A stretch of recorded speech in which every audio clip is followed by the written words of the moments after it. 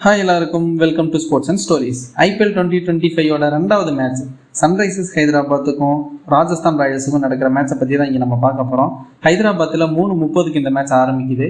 இது ஒரு evening match அப்படின்றதுனால டியூ பிரச்சனைலாம் எதுவும் இருக்காது. ஸோ ரெண்டு இன்னிங்ஸ்லையும் ஒரு 200க்கு மேலே வரும் அப்படின்னு நான் எக்ஸ்பெக்ட் பண்ணுறேன். ஏன்னா லாஸ்ட் டைம் இது ஒரு ஃப்ளாட் பேட்டிங் பிரச்சனை இருந்ததுனால அதே மாதிரி தான் இந்த தடவையும் இருக்கும்னு நான் எக்ஸ்பெக்ட் பண்ணுறேன். ஸோ இந்த ரெண்டு டீமுக்கும் ஒரு பழைய கணக்கு இருக்குது. லாஸ்ட் இயர் செகண்ட் குவாலிஃபையரில் SRHம் ராஜஸ்தானும் தான் மீட் பண்ணாங்க. அதில் SRH ரொம்ப கம்ஃபர்டபுளாக வின் பண்ணி போய் ஃபைனலில் ரொம்ப கம்ஃபர்டபுளாக தோத்துட்டாங்க.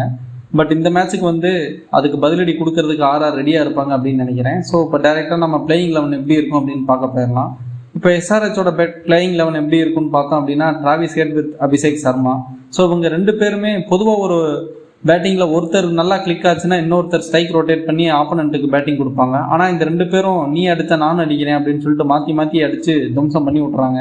அடுத்து Ishan Kishan, Nitish Kumar Reddy, Abhinav Manohar, Henry Klaasen. So இந்த பேர் எல்லாத்தையுமே முடித்தாதான் பேட்டிங்கில் அவங்களுக்கு நிம்மதியாக இருக்கும். ஸோ இது எல்லா விக்கெட்டும் எடுத்தால் தான் பவுலர்ஸ் ரிலீஃப் ஆக முடியும். ஸோ ஒரு விக்கெட் எடுத்துகிட்டு ரிலீஃப் ஆக முடியாது.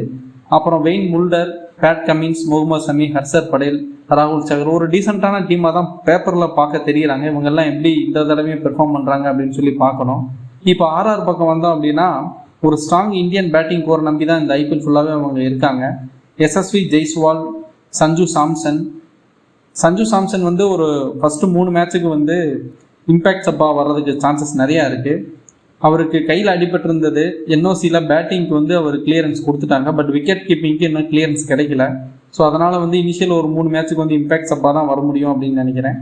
அதுக்கடுத்து நிதிஷ் ராணா, அப்புறம் ரயான் பராக் கேப்டனாக இந்த தடவை உள்ள வர்றாரு. அப்புறம் சுபம் துபே, ஹெட்மயர், துருவ் ஜுரோல் விக்கெட் கீப்பராக வருவார். மணிகோ ஹஸ்ரங்கா, துஷார் தேஷ்பாண்டே, சந்தீப் சர்மா, ஜோஃப்ரா ஆர்ச்சர், அப்புறம் இம்பேக்ட் சப்பா சஞ்சு சாம்சனுக்கு பதிலாக பவுலிங்கில் உள்ள வர போகிறது ஃபசல் ஃபரூக்கி அப்படின்னு தான் நான் எக்ஸ்பெக்ட் பண்ணுறேன். ஸோ இதில் இருக்க என்ன பிரச்சனைன்னு பார்த்தோம்னா ஃபசல் ஃபரூக்கி, சந்தீப் சர்மா, துஷார் தேஷ்பாண்டே இவங்க 3 பேருமே பவர் பிளே பிளேயர்ஸ். எப்படி யாருக்கு பவுலிங் கொடுக்க போகிறாரு ரயான் பராக், இல்லை 2 லெஃப்ட் ஹேண்டர் இருக்காங்க, நானே பவுலிங் போகிறேன்ட்டு அவர் பந்து எடுத்துகிட்டு வர்றாரா அப்படின்றதெல்லாம் வெயிட் பண்ணி பார்க்கலாம். ஸோ இந்த துஷார் தேஷ்பாண்டே, சந்தீப் சர்மா இவங்க 2 பேரும் ஒரு இந்தியன் பவுலராக இருக்காங்க. பட் அவங்களுக்கு ஒரு நல்ல ஒரு எக்ஸ்பீரியன்ஸ் இருக்குது அப்படின்னு கேட்டால் சந்தீப் சர்மாவுக்கு IPL நல்ல எக்ஸ்பீரியன்ஸ் இருக்குது.